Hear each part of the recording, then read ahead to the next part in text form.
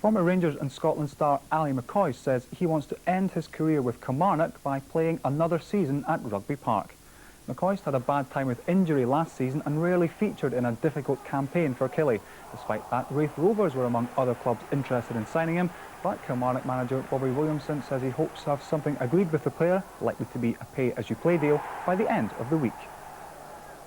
Petition in their bid to extend winger Andy McLaren's stay at Rugby Park. His early season form has aroused interest among other clubs here and in England.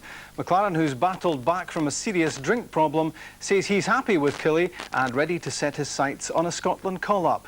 He's come a long way even since his last appearance on Friday Sports Scene, when he told prospective buyers they'd be signing up a changed man.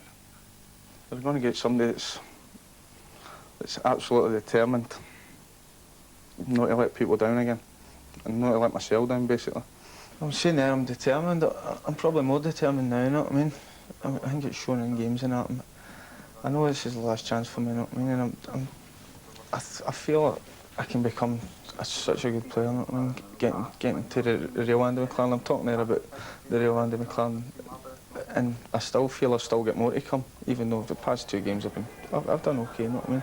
But I still feel I've got a good bit more to come. Hitting the bar has taken on a new meaning for Andy.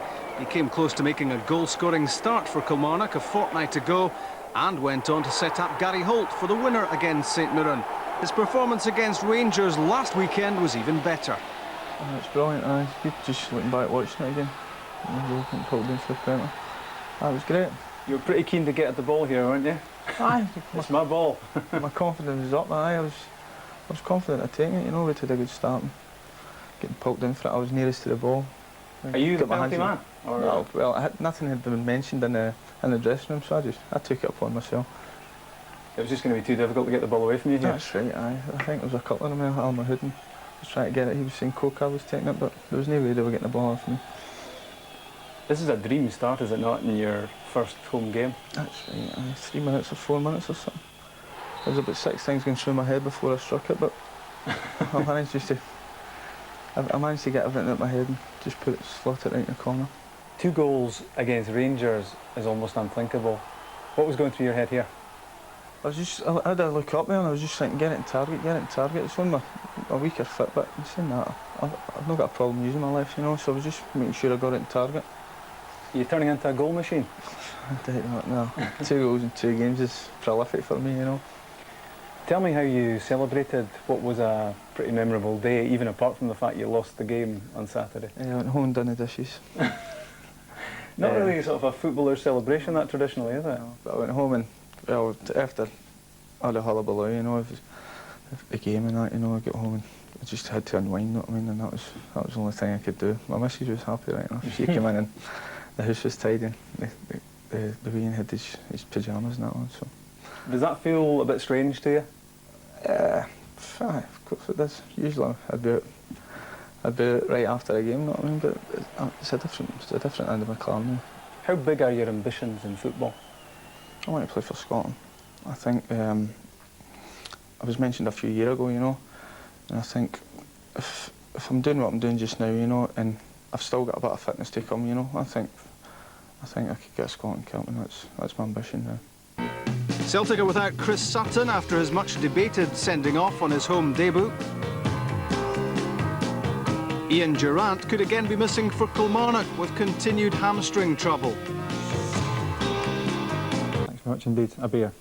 Well, after another controversial weekend of Scottish football which produced 3 sending-offs in the Premier League, the SFA has told BBC Scotland that it will resist calls for more video evidence to be used.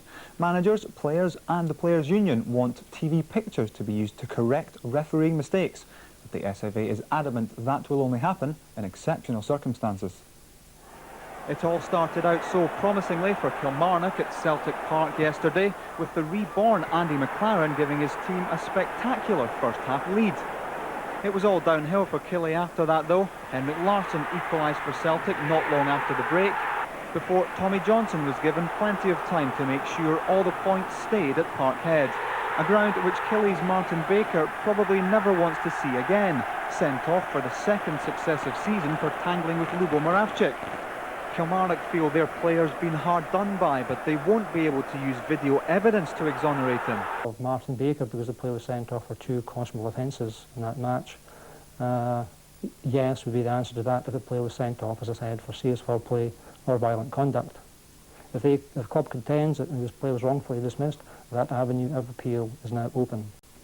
And so is it a case that you're just going to let referees' mistakes lie? Yes, that's football in that sense. The referee's there to give opinions, and he makes his decisions on what he has seen, and that's part of football, always has been and always will be. What we think now is important to look at for next season is when bookings culminate in an ordering off, players should have the right to have these examined, because unfortunately that players lose livelihood and also suffer through the totting up process. So that must be the next issue for bookings that culminate in orderings off. In football, Dundee have protested to the SPL over comments allegedly made about their players. The Dens Park side feel aggrieved at suggestions that their foreigners are trying to con referees. And after his sending off against Celtic at the weekend, Kilmarnock's Martin Baker has been further punished by the SFA. This tackle has been the subject of much debate since the weekend. It earned Martin Baker a second yellow card, but his reaction to being sent off earned him a further caution, as revealed today in referee Kenny Clark's match report. Killie boss Bobby Williamson wants video evidence used in cases like this from next season, but accepts his players' conduct was unacceptable. You always tell players they've got to watch themselves, keep themselves under control. But Martin felt he got the ball, and TV evidence seems to prove he did get the ball, and he didn't even merit a booking. That means a sending off. And to pick up the other caution, as I said, he did overreact, and that's rightly the case. The referee should book him again. There were plenty of hard tackles between Hibs and Dundee at the weekend, and plenty of hard words afterwards. Hibs defender Paul Fennick on the left here was quoted in the press allegedly claiming some of the Dundee players were con men, which brought a furious reaction from Dundee, who sent a letter of complaint to the SPL, who confirmed, "We have received a letter from Dundee FC regarding alleged comments made about their players. Any stereotyping is unpleasant, and the content of Dundee's letter will be discussed at the next board meeting."